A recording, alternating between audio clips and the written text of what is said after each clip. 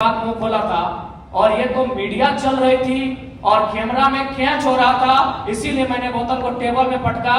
मां कसम हम किसी के मुंह में पटक दी। अगर आप चाहते हैं मेरे अंदर की आक्रामकता कम हो, आप चाहते हैं मेरे अंदर की उग्र भावना कम हो, तो आज प्रबुद्ध लोग बैठे हैं। आज माननीय मंत्री दीदी बैठी है, आज माननीय मंत्री महोदय बैठे हैं, मंत्री तीन मंत्री बैठे हैं, आज प्रदेश अध्यक्ष महोदय बैठे, सांसद महोदय बैठे हैं, झारखंड मुक्ति मोर्चा के खिलाफ पालनहार बैठे, आज विधायक मैडम बैठी है, यहाँ भी विधायक बैठे हैं, यहाँ भी एक विधायक बैठे हैं। ये लोग तय करें कि इस प्रकार का जुल्म, शोषण, अत्याचार एक आम व्यक्ति पे, यानी जो लोग हाशिए पर हैं, जो लोग निम्न स्तर पे हैं, उनके साथ अन्याय नहीं होगा। जयराम महतो प्रेम की कविताएं लिखेगा, इनकलाब की बातें नहीं करेगा। देखिए, हम भी एक पढ़ा लिखा छात्र हैं और वर्तमान में पीएचडी का स्कॉलर है। विनोद बिहारी महतो विश्वविद्यालय धनबाद से इंग्लिश लिटरेचर में पीएचडी कर रहे हैं। और बिल्कुल आज से 2 साल पहले मेरा ना ये कैरेक्टर था, ना मेरा ये व्यवहार था, ना मेरा ये स्वरूप था। लेकिन यदि आप पा रहे हैं कि मेरे अंदर आक्रामकता आई है, यदि आप पा रहे हैं कि मेरे अंदर कुछ हिंसक विचारधारा आई है, ठीक है, मैं स्वीकार करता हूँ, खुले मंच पे स्वीकार करता हूँ। लेकिन एक बात बताइए, यहाँ जितने भी प्रबुद्ध लोग बैठे हैं, जब मैंने, ठीक है, मैंने कुछ ऐसी बातों को कहा जिनमें हिंसा प्रतीत हो रही है, लेकिन उस बात को समर्थन करने वाले 99% होते हैं। जैसे हाल फिलहाल आपको मेरा बागमारा का वो वीडियो क्लिप पूरे देश में वायरल हो रहा है, जिसमें मैं एक बोतल को टेबल में पटक रहा हूं। उस वीडियो को जो अपने आप को सो कॉल्ड पढ़े लिखे मानते हैं, उन्होंने कहा कि नहीं ये गलत है, लेकिन 99% लोगों ने कहा कि नहीं ये सही है, ये लड़का ठीक कर रहा है। अब सवाल ये है कि ठीक है, मेरी बातों में हिंसा है, लेकिन हिंसा की विचारधारा को 99% लोग पसंद क्यों कर रहे हैं? ये इस राज का सबसे बड़ा कारण है। यानी इसका कारण ये है कि आज एक आम व्यक्ति लोकतांत्रिक भारत में, अलग झारखंड राज्य में, स्वतंत्र भारत में इतना दबाया जा रहा है, इतना सताया जा रहा है, इतना उसका दमन, इतना दोहन किया जा रहा है, उसके साथ इतना अत्याचार किया जा रहा है, तो मेरे इन विचारों को पसंद कर रहा है, लाइक कर रहा है। उदाहरण के लिए जो बागमारा को लेकर आप चर्चा करें, जिस मेरे वीडियो को आज पूरे देश में लगभग 50 लाख से लोगों ने देखा, मैं आपको थोड़ा बता ही देता हूं। वहां बीसीसीएल की एक योजना है, बीसीसीएल खनन का कार्य करती है। ये आपको भी मालूम है कि अब सारी कंपनियां टेंडर देती है। वहां टेंडर दिया है संजय उद्योग को और खेमका कंपनी को। वहां जो मजदूर है 2018 से काम कर रहे हैं, यानी 6 साल है, 6 साल से उनका वेतन वही का वही है। और सबसे ताज्जुब और हैरत की बात है कि उनका एचपीसी वेतन 32,000 होता है। ताज्जुब कीजिएगा और लोकतंत्र के होने पे शर्म भी कीजिए, उनको 6,000 वेतन मिलता है। उससे भी ताज्जुब की बात है कि ना बीसीसीएल जिम्मेवारी ले रही है कि किनके वर्कर हैं, और ना ही खेमका और संजय उद्योग जिम्मेवारी ले रही है ये किनके वर्कर हैं। उससे भी ताज्जुब की बात है, उनको जो पेमेंट मिलता है 4,000 मिलता है, 6,000 मिलता है, वो पेमेंट ना बीसीसीएल दे रही है, ना संजय दे रही है, ना खेमका दे रही है। तो बताइए किसका खून नहीं खोलेगा? मैं बनावटी इंसान नहीं हूं। उस मीटिंग में 52 मिनट डिस्कशन हुआ था।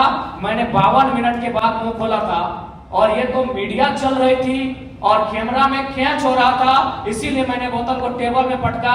मां कसम हम किसी के मुंह में पटक दी। आपके पांव तले जमीन खिसक जाएगी। जब आपने छेड़ा है तो सुन लीजिए। यही विनोद बिहारी विश्वविद्यालय में एक कंपनी, एक एजेंसी ने टेंडर लिया है। मजदूरों को ज्वाइनिंग लेटर के साथ साथ रिजिग्नेशन लेटर पे साइन करा गया। इस भारत में कहां होगा यार? मैं आक्रामकता की बातें करता हूं, कारण कौन है? रिजिग्नेशन लेटर में साइन कराया गया है, कौन देगा उत्तर? भारत देश में 4 स्तंभ है कहने को, न्यायपालिका, कार्यपालिका, विधायिका, पत्रकारिता। कौन रिस्पॉन्सिबल है कि ज्वाइनिंग? ताज्जुब की बात है, ज्वाइनिंग लेटर भी मिला है और उनको साइन भी करा लिया है। क्या बोलता है रिजिग्नेशन लेटर? रिजाइन लेटर में भी साइन करवाया गया। और एक घटना गोमिया की, जब मेरा सभा था बेरमो में, वो लड़का आया, उसने कहा कि जो एजेंसी है उनको पेमेंट देना होता है 20,000, लेकिन मेरा शर्त है उनका कि 20,000 आपके अकाउंट में देंगे, आपको 8,000 रिटर्न करना होगा, नहीं तो नौकरी से निकाल देंगे। उसके बाद भी अगर आपका खून नहीं खोलता है तो आप बनावटी लोग हैं, असल लोग नहीं है। अगर आप चाहते हैं मेरे अंदर की आक्रामकता कम हो, आप चाहते हैं मेरे अंदर की उग्र भावना कम हो, तो आज प्रबुद्ध लोग बैठे हैं। आज माननीय मंत्री दीदी बैठी है, आज माननीय मंत्री महोदय बैठे हैं, मंत्री तीन मंत्री बैठे हैं, आज प्रदेश अध्यक्ष महोदय बैठे, सांसद महोदय बैठे हैं, झारखंड मुक्ति मोर्चा के खिलाफ पालनहार बैठे, आज विधायक मैडम बैठी है, यहाँ भी विधायक बैठे हैं, यहाँ भी एक विधायक बैठे हैं। ये लोग तय करें कि इस प्रकार का जुल्म, शोषण, अत्याचार एक आम व्यक्ति पे, यानी जो लोग हाशिए पर हैं, जो लोग निम्न स्तर पे हैं, उनके साथ अन्याय नहीं होगा। जयराम महतो प्रेम की कविताएं लिखेगा, इनकलाब की बातें नहीं करेगा। वो व्यक्ति का भी नाम बता देंगे, ऐसा नहीं अग्रेसिव गवर्नमेंट आनी चाहिए। और मेरा यही एग्रेशन मेरे मुझ में रहेगा, क्योंकि मैं ना संजय मेहता जी के तर्ज पे मैं बरी से आता हूँ, ना मैं चौपारण से आता हूँ, ना मैं गढ़वा से आता हूँ, मैं धनबाद से आता हूँ। मैं एक घटना सुनाता हूँ सुरेश महतो की, और विधायक मैडम बैठी है, हालांकि उस समय वो बहुत किस्सा पुराना है, वो झरिया विधानसभा की घटना है, वो भोरा क्षेत्र की घटना है। एक व्यक्ति, उनका नाम है सुरेश महतो, मैं उस कौम का बेटा हूँ। एक व्यक्ति थे, उनका नाम था सुरेश महतो, मैं उस कौम का बेटा हूँ। उनको मारा गया था, उनकी सांसें थी, उनके दोनों पांव को काटा गया था, उनकी सांसें चल रही थी, उनके दोनों हाथ को काटा गया था, उनकी सांसें चल रही थी, उनके दोनों आंख को निकाला गया था। इसीलिए मैं मीठी बात करने नहीं जानता, मुझे लगता है मैं उस क्षेत्र से आता हूं जहां हमने सिर्फ कत्लेआम देखा है। झारखंड अपने बनाया गया,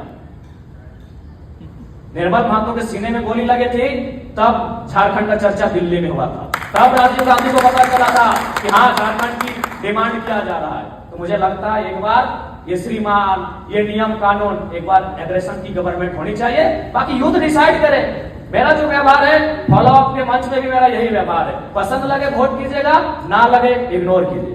नहीं, आप जो बोल रहे हैं, आप जयराम जी बोल रहे हैं, सुनने में अच्छा लग रहा है। आप बोल रहे हैं नहीं, सुनने में नहीं, आप तो झारखंड राज्य को नहीं समझते सर। मैं बोल रहा हूँ एग्रेशन, नहीं, आप नहीं समझते झारखंड राज्य को। मैं एग्रेशन सुनने में अच्छा नहीं लगता, यही रियलिटी है। एग्रेशन क्या मतलब जानते हैं आप झारखंड राज्य को महोदय? एग्रेशन मतलब आप क्या जानते हैं झारखंड राज्य को?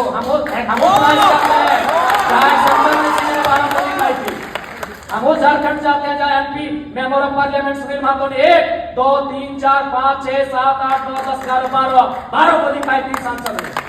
क्या सुनने में समझता है, तब झारखंड को नहीं जानते। एग्रेशन मतलब क्या है? एग्रेशन मतलब यही है कठोर डिसीजन, त्वरित कार्रवाई। आज कार्रवाई किस पे होती है? एक ठेला पे काम करने वाला है, तुरंत कार्रवाई होगी। एक मजदूर है, पुलिस तुरंत कार्रवाई करेगी। आपकी कार्रवाई उस समय काहे नहीं होती है? जब बड़े बड़े लोग आपकी गिरफ्त में आते हैं, बड़ी बड़ी मछलियां जाल में फंसती हैं, क्यों कार्रवाई नहीं होती? हम लोग आते हैं तो छोटा रहे या बड़ा रहे, जो गलत रहे उस पर कार्रवाई हो। मेरा सवाल वही था कि एग्रेशन मतलब क्या? एग्रेशन मतलब एक कठोर डिसीजन। एग्रेशन मतलब एग्रेशन का मतलब है कोई दबाव नहीं। एग्रेशन का मतलब है कॉर्पोरेट से कोई भय नहीं। एग्रेशन का मतलब है अमीरों के चंदे से पलना नहीं।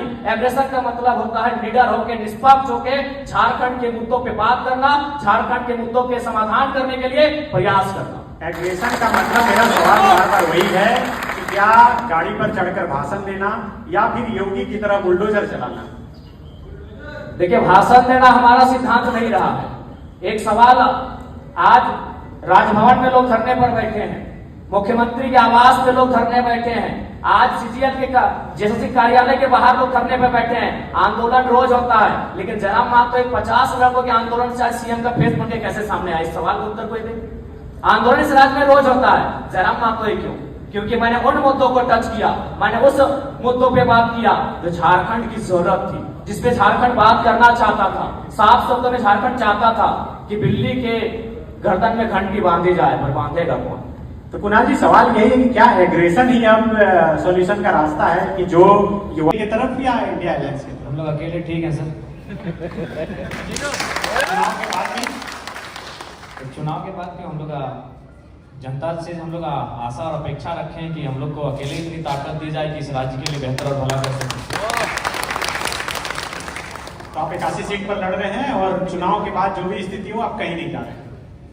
जी, हम लोग को लगभग 70 सीटों से आवेदन मिला है, वहां तो लड़ना ही लड़ना है।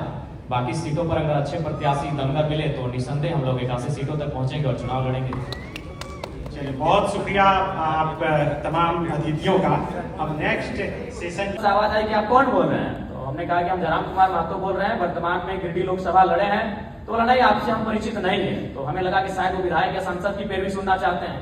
तो मैंने इतना कहा था कि 2 महीने के बाद चुनाव है, हम बेरमो भी लड़ेंगे, गोमिया भी लड़ेंगे, डुमरी भी लड़ेंगे। अगर वहां से कोई भी सीट जीत के आ जाते हैं तो आपको दामोदर नदी में ले जाकर डाल देंगे।